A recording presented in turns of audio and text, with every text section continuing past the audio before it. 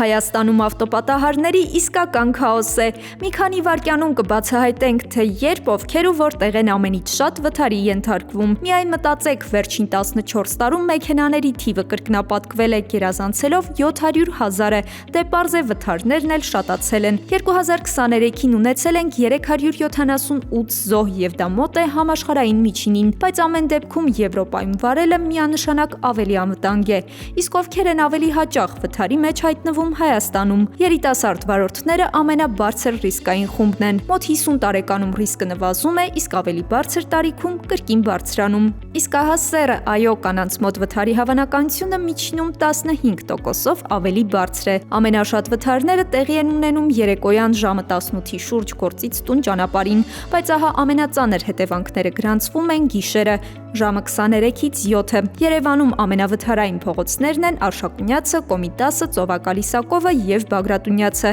Իդեպ, եթե ձեզ թվացել է, թե Gold համարանիշներով մեքենաները ավելի վտանգավոր են վարում, սխալվել եք։ Gold համարանիշներով մեքենաները ավելի քիչ են վթարվում։ Մարդիկ պարզապես զգույշ են վարում իրենց բարձրարժեք գույքը։ Բացի այդ, տեղին մեքենաները համարվում են ամենաանվտանգը, իսկ կարմիր ավտոմեքենաներով վթարները զգալիորեն ավելի շատ են։ Դե ինչ, զգոն եղեք ճանապարհին։